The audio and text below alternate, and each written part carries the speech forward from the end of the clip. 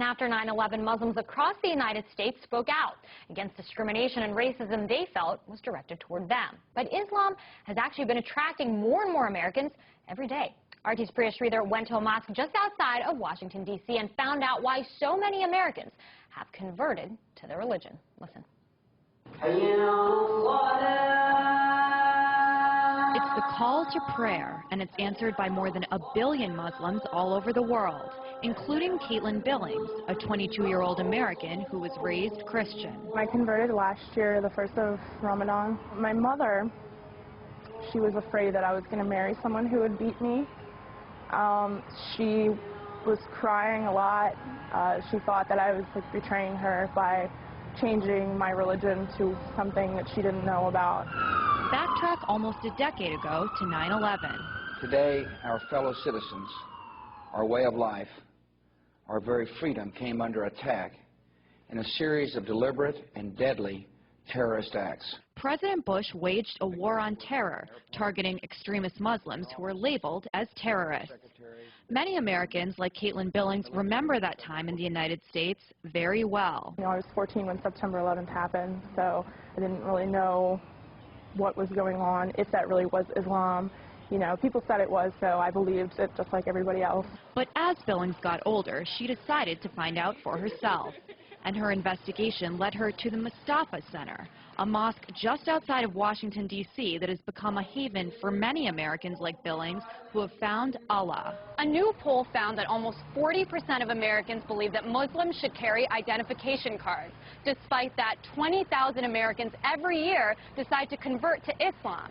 These converts say they don't regret their decision at all. It's a choice that they must think about every day. Around the world since 9/11, Muslims have battled bans of their religious clothing, profiling in airports, and discrimination in their everyday lives.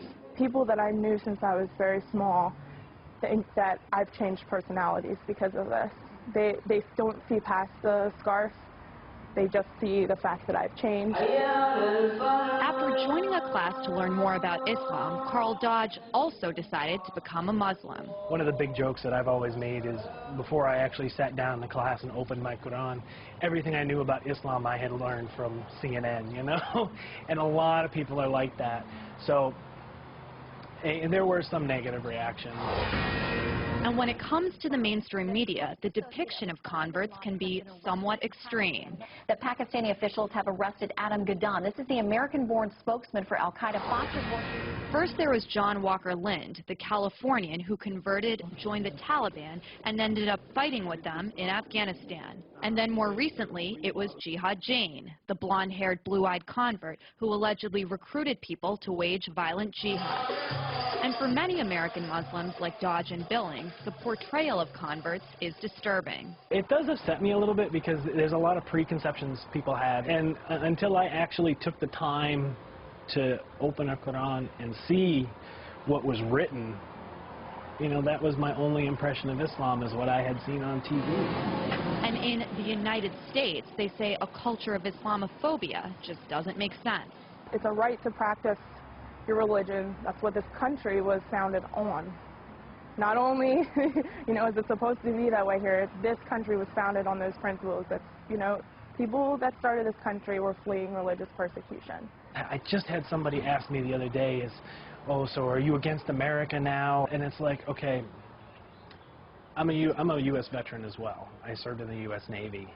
And so I do believe in this country. I volunteered to defend this country. I volunteered to, stand up for what the Constitution says. No matter what unfolds around her, Billings says she's proud to be a Muslim.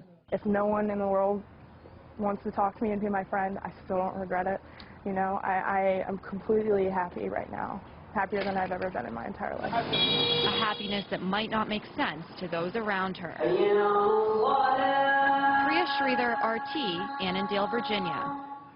And Priya joins me now for more. So Priya, how do the converts in your story, how do they feel about this whole, mosque controversy, the burning of the Quran? Because we talked about how Muslims all over the world feel about it, but what about those here in the United States, especially those who actually converted? I mean, they're angry about it just like most of the Muslims in the United States.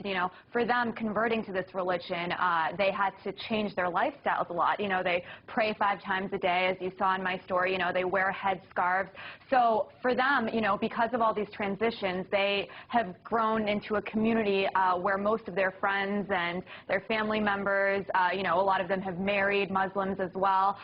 So, they're more sympathetic, and they feel that, most of these actions, the people who are against the mosque near Ground Zero, or the pastor who was planning to burn those Qurans on 9/11, are speaking because they're misinformed, which is another kind of topic that I mentioned in my story as well. That's right. I mean, a lot of them had said, look, I saw one thing in the media, but I wanted to find out for myself, so I picked up a Quran. I want you to just elaborate a little bit more on that. Well, Dina, I think an important thing to remember is that, although this country is supposed to be a melting pot and it's supposed to be very diverse, that only happens in certain cities and different regions of the country.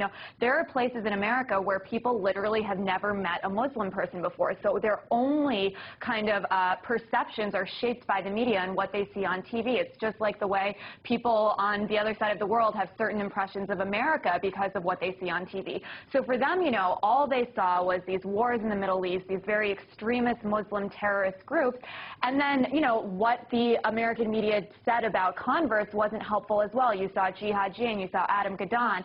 So their point is that there are very ordinary people who convert to Islam simply because they found this religion that they believe can give them hope and, what everyone finds in whatever religion they have. And so they wish that there was more coverage of that kind of conversion as well. Definitely an interesting story. RT's Priya Sridhar there.